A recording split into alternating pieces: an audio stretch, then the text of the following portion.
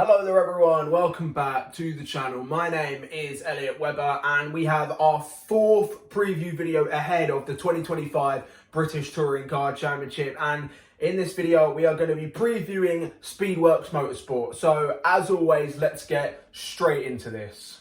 Now, it's all change at Speedworks Motorsport, also known as Toyota Gazoo Racing, for this year. A complete new driver lineup, 4 new drivers welcomed at Toyota.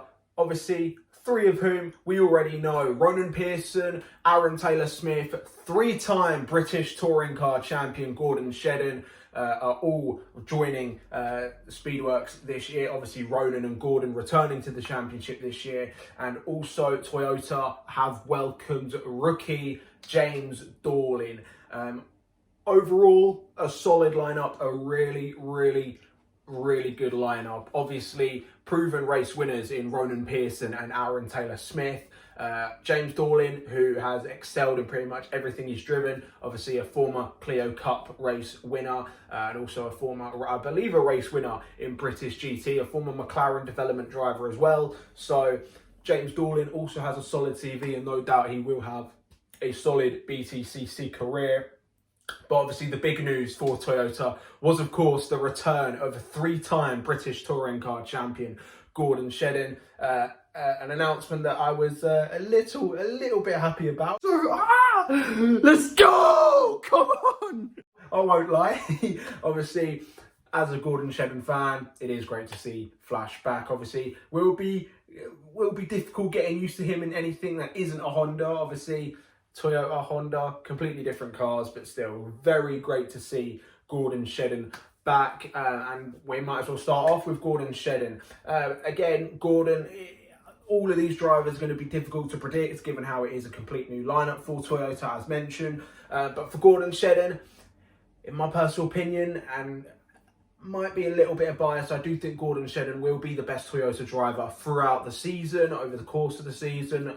Maybe, I think there will be a couple of rounds where we see ATS be the best Toyota driver, or we even see Ronan Pearson be the front running Toyota. Maybe even James Dorlin could be a front runner at some point during the season. But throughout the course of the entire season, I do think Gordon Shedden will be that team leader, essentially filling the shoes that Josh Cook and Rob Huff left last year. Obviously, Josh Cook has moved on at 2-1 Motorsport, and Rob Huff, unfortunately, could not make the grid this year. But still, I do think Gordon Shedden will be that front runner that Toyota need. Toyota need to get their act together, I'm going to be honest, because even though 2024 was a great season for Toyota, their most successful season as a manufacturer team, in fact, or their most successful season since Tingram left, should I say. It was a very good season for them, multiple race wins, 3 of their 4 drivers won races in 2024. So yeah, 2024 was a great season for Toyota, but unfortunately they just weren't quick enough, they weren't consistent enough, and they just weren't close enough to be legitimate contenders for any of the championships that they were competing for, most notably, of course, the drivers and the teams. So yeah, hopefully this year with a strong lineup that could be the case. And as for Gordon Shedden, I mean, do I think he'll be a championship contender? As much as I'd loved him to be, I'd love him to get his 4th championship. Unfortunately, age does take a toll on you in touring cars. We have seen that for the past few seasons. I don't think Gordon is as good of a driver as he was a decade ago, but that is not to say that he won't be up there. I fully believe Gordon Shedden will win a couple of races this year. He will be in the top 10 of the championship, and maybe, fingers crossed, he will be a contender for the championship. Honestly, I think if he can finish 5th in the championship this year, maybe even 4th, because that could be a possibility. Obviously, I've said this in my previous preview videos already. I think Ingram, Hill and Sutton will be the top 3 in any order this year. I think if Gordon can be up there in 4th place, maybe even be that 4th contender, as much as I'd love to see that, then it will be a good season for Flash. But even so, Flash has had 2 years out, I think 2 years, or it might have been 3 years. No, 2 years. Flash has had 2 years out. He's going into a team that he's never driven before. He's going into a car that he hasn't driven before. Obviously, he has been testing, but he hasn't properly driven the Toyota Corolla. Obviously, the last time he drove anything that wasn't a Honda was 2009, over 15 years ago. So yeah, it's going to be very hard to predict, but I do think Flash, he's still got that natural pace that he's got. He will no doubt be getting his elbows out in 2025. Obviously, one of the old school touring car drivers, one of the last remaining old guard, you could say, is Gordon Shedden.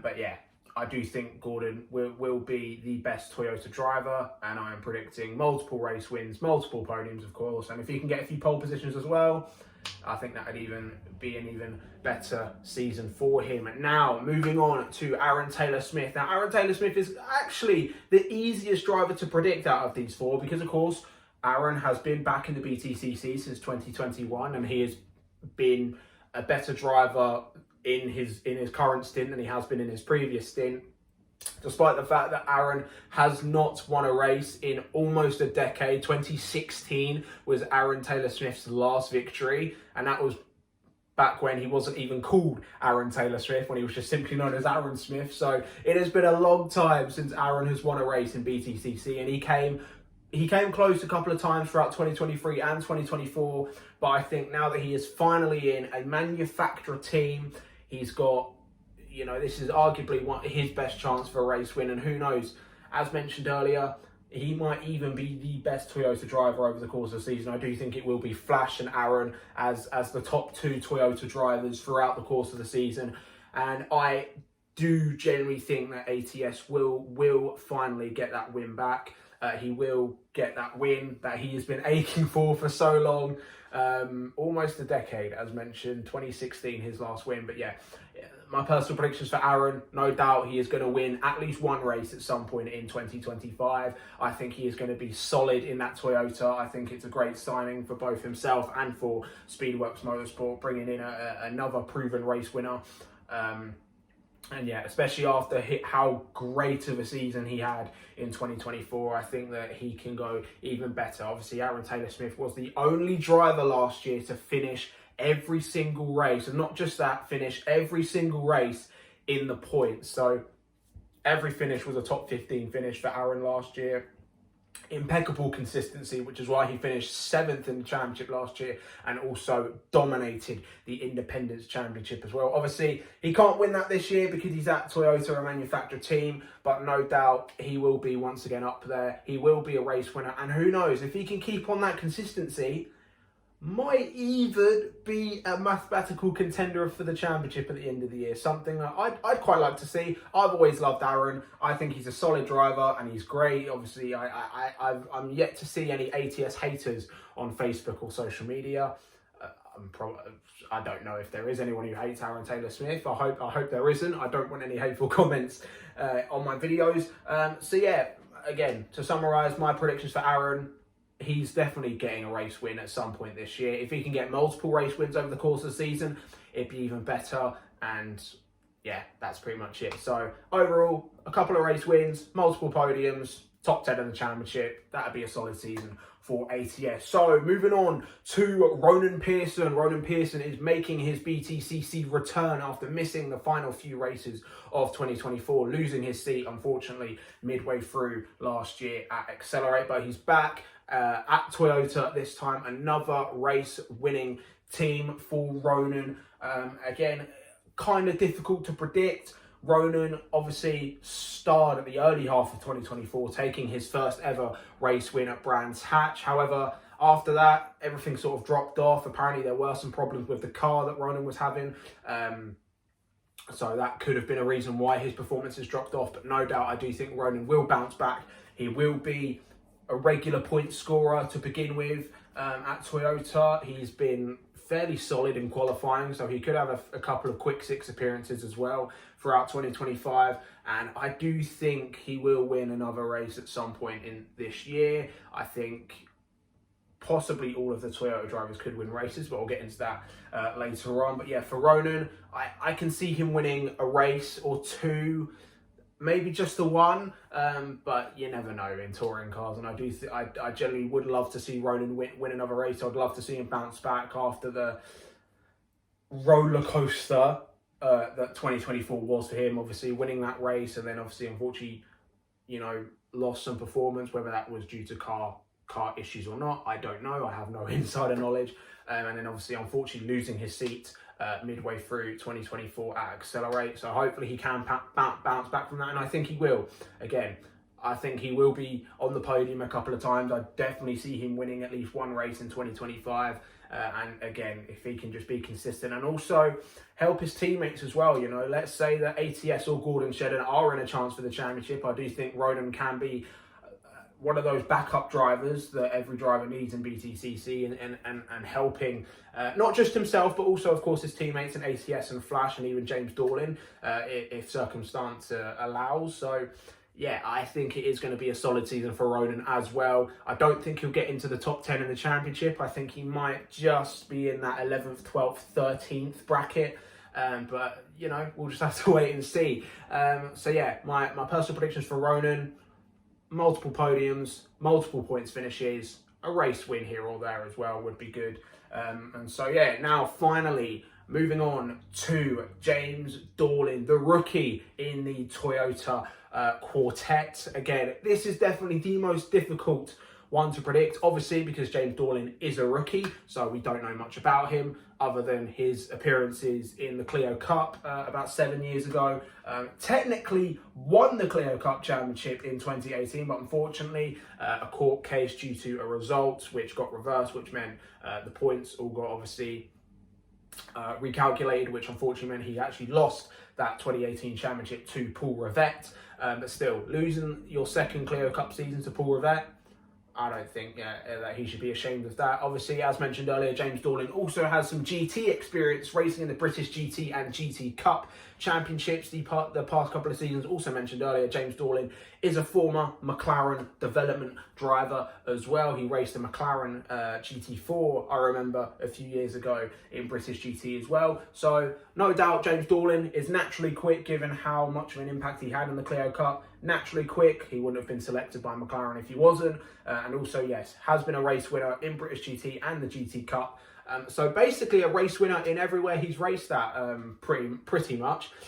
So yeah, but it is going to be difficult because James Dorlin hasn't driven a front-wheel drive car since the Clio Cup, and as mentioned, that was about 7 years ago. So it's been a long time since James Dorlin has had his hands on a front-wheel drive car. He's never driven a front-wheel drive touring car before. So I think it will take some time for Dorlin. I won't be surprised if he's near the back end of the grid this year to start with.